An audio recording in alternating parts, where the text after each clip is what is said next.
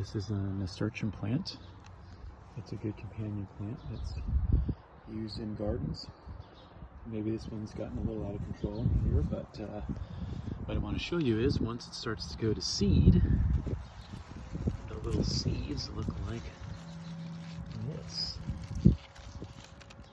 So I've basically pulled these seeds off, and I'm going to use them in a very unique way.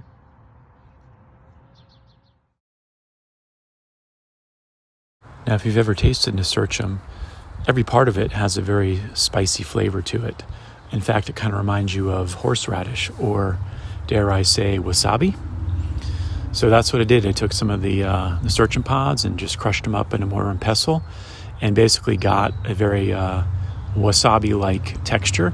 So, of course, what did I do? I put it together with some sushi, and it was delicious.